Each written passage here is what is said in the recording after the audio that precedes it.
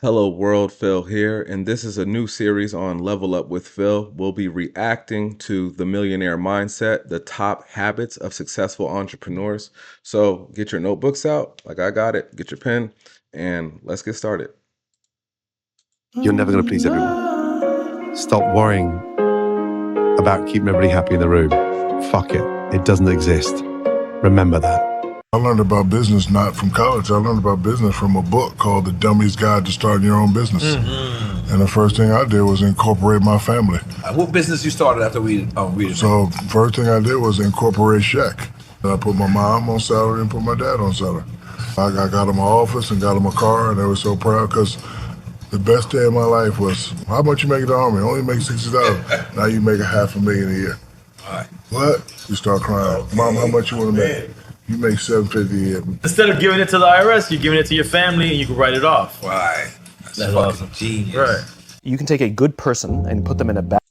You know, that's actually really smart. If you can start a family business and actually write off, some of your expenses as paying your employees when you give your family money for doing work, that's a genius way to, save on taxes. I believe you can do that if you have children that are like under 15 or something like that, that you could have them do a simple job for your business, and then you can write off like up to 12,000 or something like that on your taxes.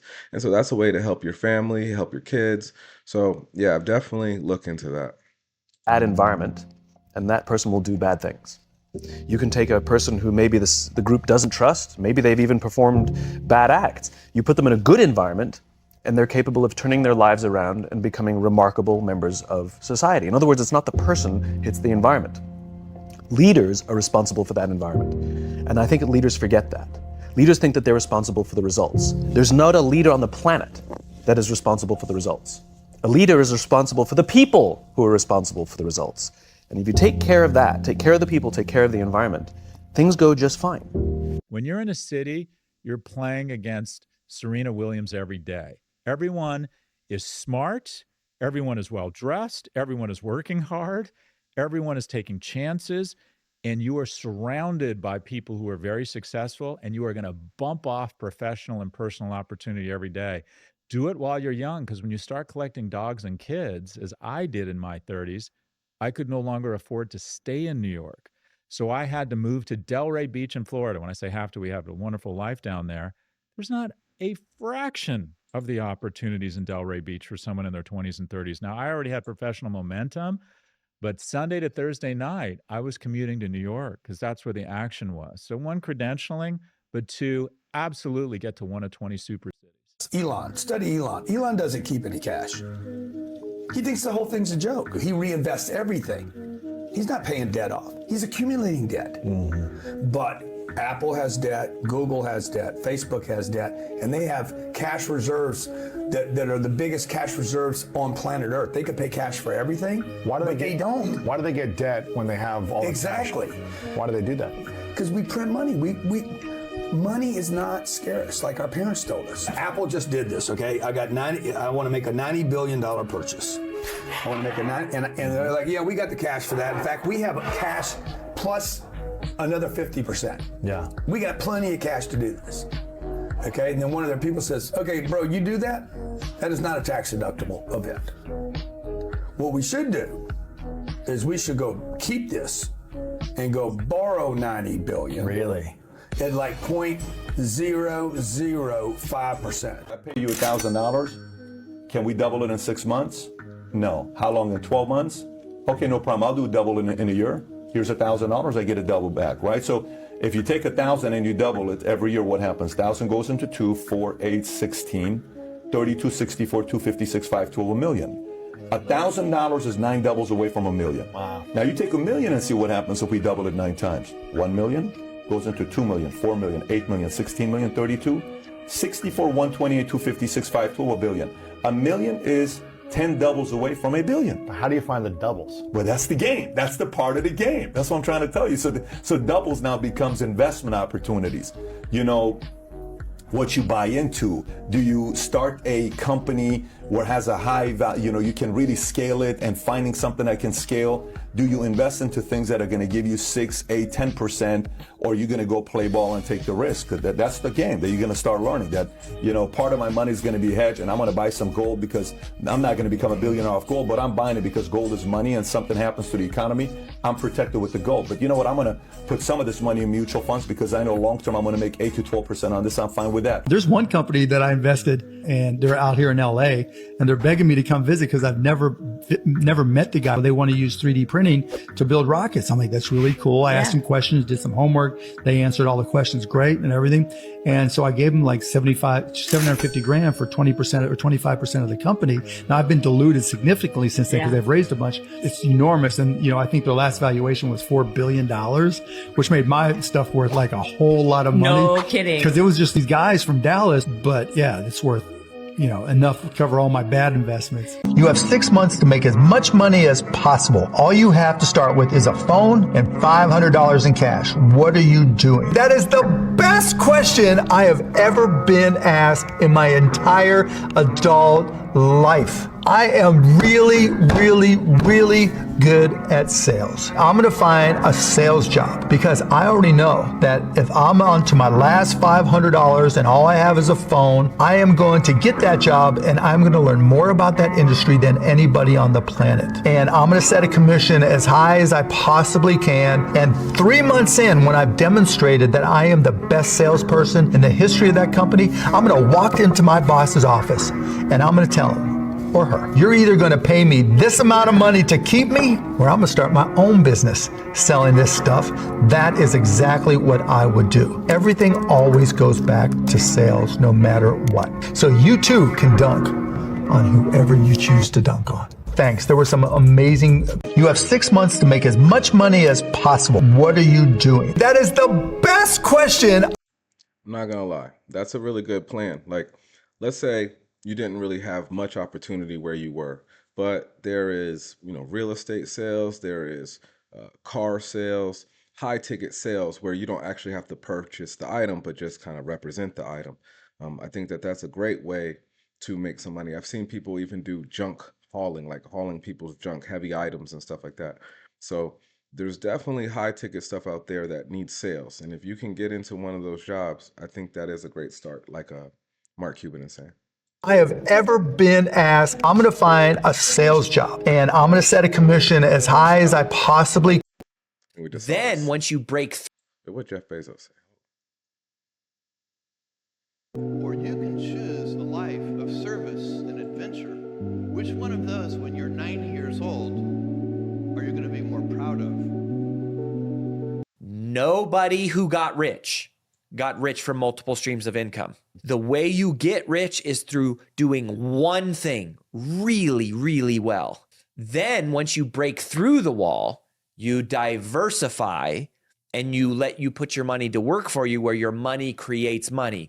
If you have diluted focus, you get diluted results. 85% of the millionaires and billionaires in the world are first generation. Only 15% is coming from inheritance.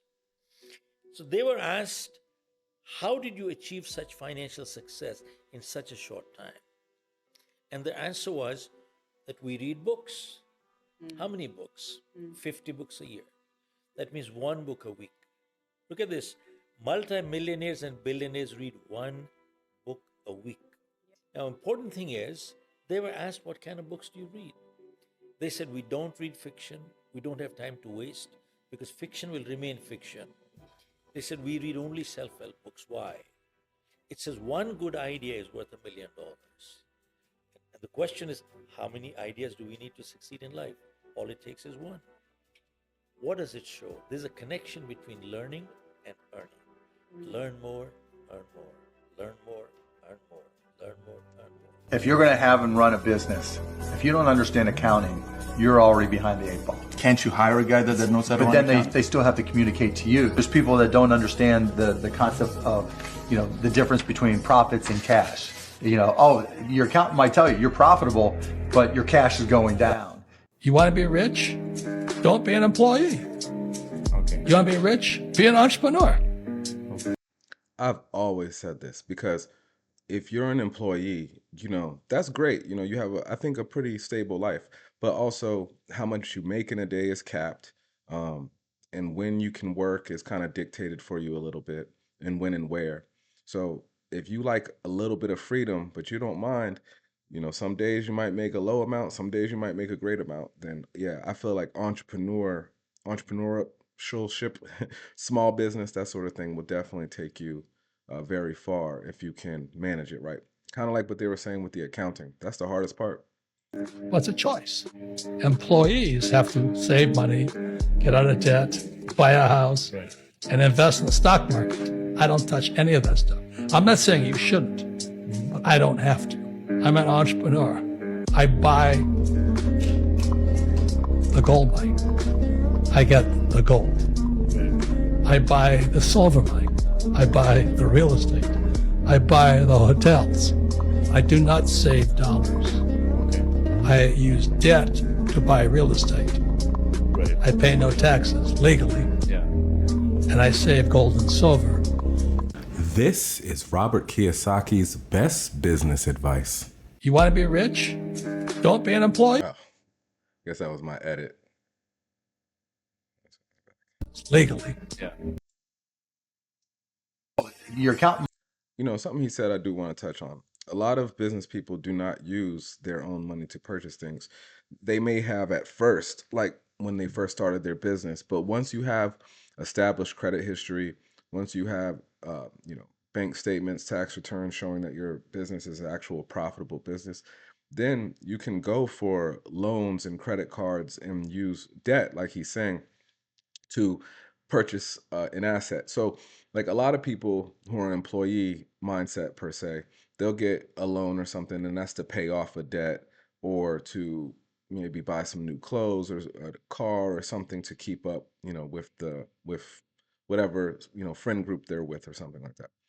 But when you are an entrepreneur, you can use debt to, let's say, go to the bank and say, I don't want this $50,000 for myself to pay off other debts and, look lavish or whatever. I'm trying to buy, like he said, put this down on real estate. So that way he can rent out the house. And just to make the number small, if his loan payment was $1,000 a month, but he's renting out the house for $2,500 a month, then he's still profiting $1,500 a month while paying back a loan that was just given to him. So that's what I think Robert Kiyosaki is saying by saying he uses debt to buy assets that will make him more than the monthly payment he has to pay back for the loan. I tell you, you're profitable, but your cash is going down. If you're going to have and run a business, if you don't understand it, they use Italian-sounding names to create the perception of high-quality coffee.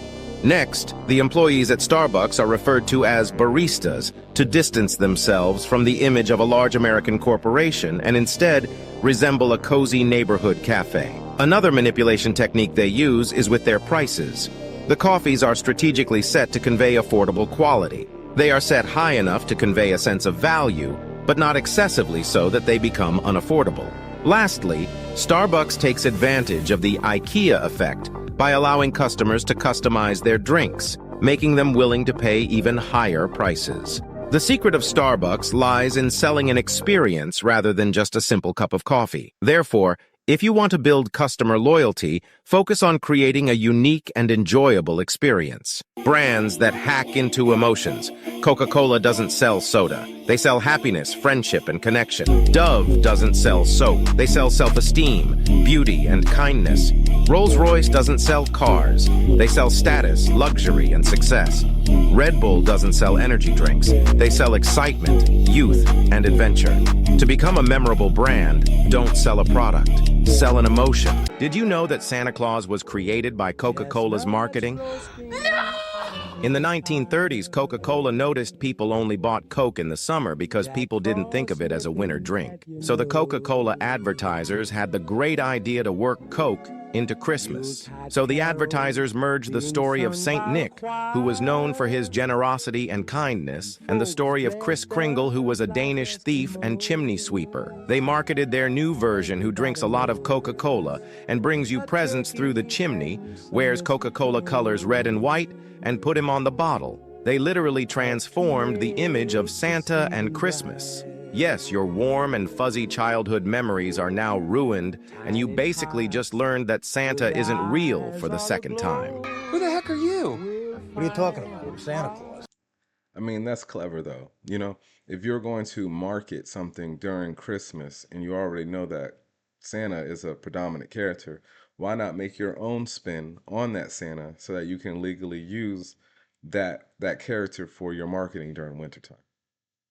No, you're not. Shame on you, Coca-Cola, and your genius marketing efforts. Don't tell him what you want. He's a liar. Let the kid talk. You disgust me. How can you live with yourself? Just cool it, Zippy. You sit on a throne of lies.